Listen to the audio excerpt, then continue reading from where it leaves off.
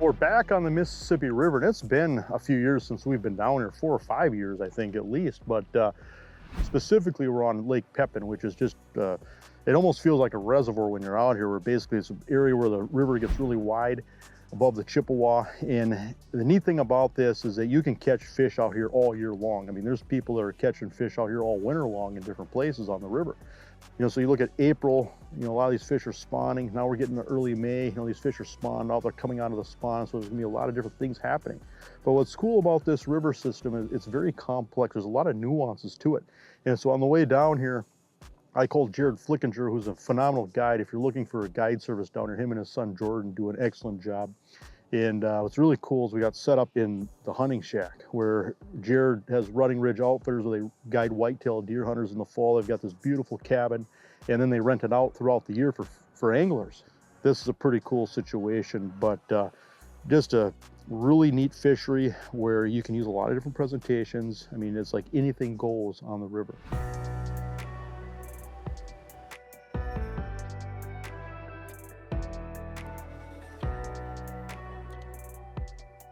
You know, when you're fishing river systems, current seams and eddies are so important. I mean, of all the different things you can fish day in and day out, and basically what you have is faster water and then slack water or slower water next to it, where you've got an edge. And a lot of times you can physically see that current seam. An eddy is basically where you have the current moving one direction and it hits something and then it turns back and comes back the other way. And you've got some slower water, slack water, in between those two lines of current. And these fish, a lot of times, you know, set up right on the edge and just wait for stuff to come by, and that's how they're eating. There we go. Staying down nice. Yeah, this is a nice fish.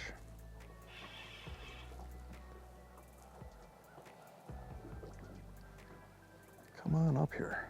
You're loving that rod bends over like that. Oh yeah, nice walleye.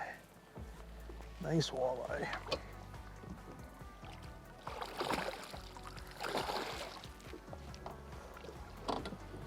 There we go.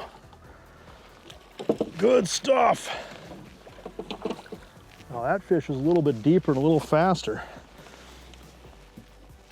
which, tell you what, if there's a lesson to be learned with river fishing, is that things are changing all the time. I mean, current flows are changing, where these fish set up is changing. Just always a state of flux. That MVP jig out of her, that big oversized hook works great on plastics. That is a nice walleye. That's what we're looking for. Now, why soft plastics? And you know, thing to remember with these river systems, especially in the springtime, the reduced visibility can be one reason that soft plastics can work so well, in the sense that you've got a profile, you've got water displacement, you've got vibration, you've got color, you know, something these fish can find.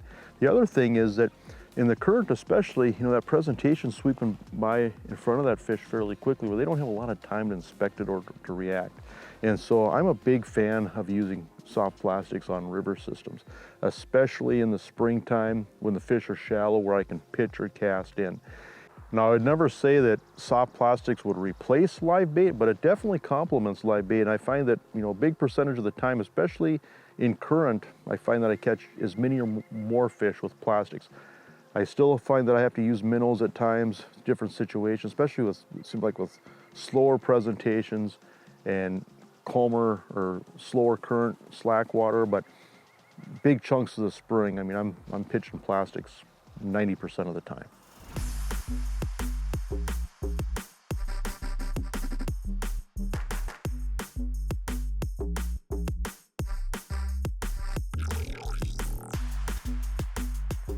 There's a fish.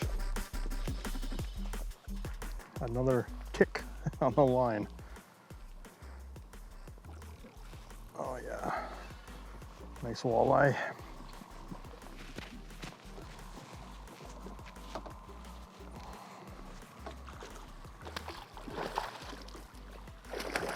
Oh, come on. There we go.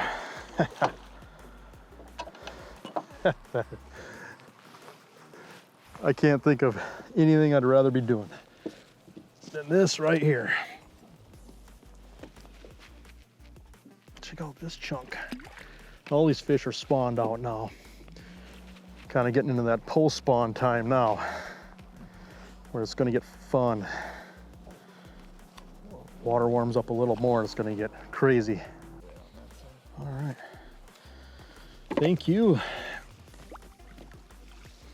Yeah, take another look at this jig here. So this is the Northland MVP jig, which is one of my favorite jigs for soft plastics. Reason being, just that big oversized hook. I like to use a big hook with soft plastics. And you know what, if you feel anything that feels like a fish, cross their eyes. And basically, it's just a walleye series rod from Shields Outfitters.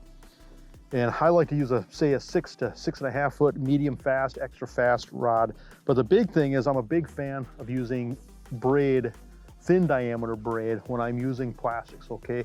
I feel that these fish typically just jump on them and just dunk. I mean, they'll push them. The bites are very distinct with plastics. And this in particular is a Suffix 832 braid. And I find that these high strand braids, they cast really well in the sense you can cast a lot further, and also at the no stretch you can feel everything. And so as far as feeling fish, and then if you're out away from the boat, just being able to crack those fish and set the hook, I just feel that braid, you know, thin braid is just the answer. I used to use Nanofill a lot as well. Nanofill works great. They discontinued it, and so that's kind of hard to find. So then I started using the 832 and kind of settled in on that now for, you know, using jigs and plastics and swim baits.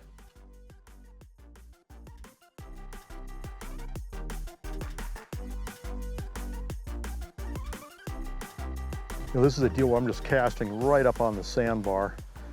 And this is pretty classic for river fishing in the sense that, you know, it's early in the year, and a lot of times, you know, this water temperature will bump up just a degree, 2 degrees, 3 degrees during the day, and these fish will slide up trying to soak up a little bit of that sunshine. We've had some inconsistent weather, some rain, some wind, and now that sun's starting to peek out and that water temp's just warming up a little bit.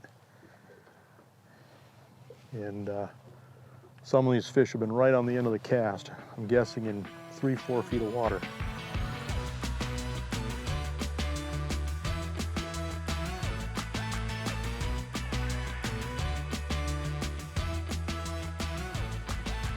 There we go. Oh, that was cool. That is such a cool strike. Look at that fish dig. Gotta love that. Come on up here. I'll be nice to you. Oh yeah, just a chunky walleye.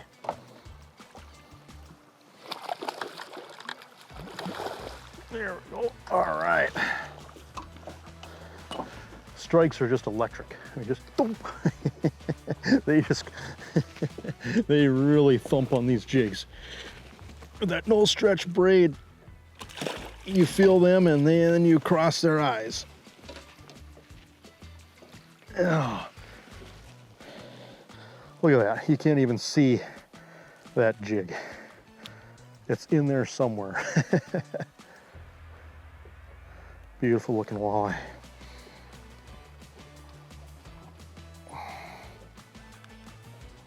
There she is. And that's the thing is, you know, you're using this eye candy. I mean, you can catch so many fish off of one plastic. I know I've caught well over 20 fish on just one paddle shad. There you go. Fish's lucky day. That would have been a perfect fish in the slot. You could have kept and ate.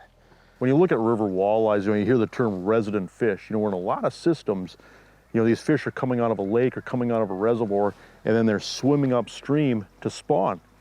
You know, you look at Lake of the Woods, for example, you've got all these fish pushing up into the Rainy River to spawn. You look at Lake Hawaii and all these fish pushing up into the Missouri River.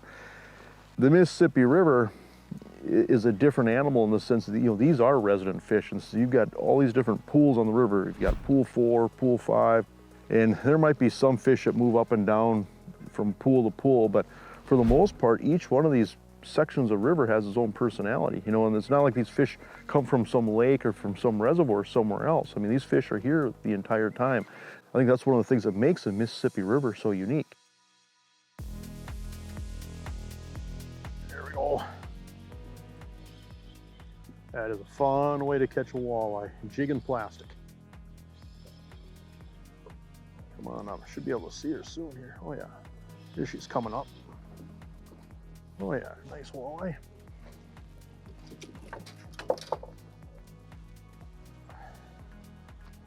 Just a respectable Lake Pepin walleye.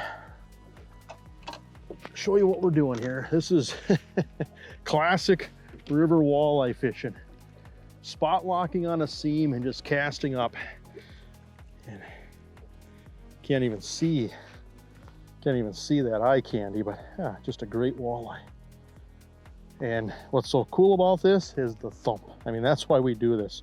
That's the eye candy right there, but some of these strikes on these soft plastics are just electric.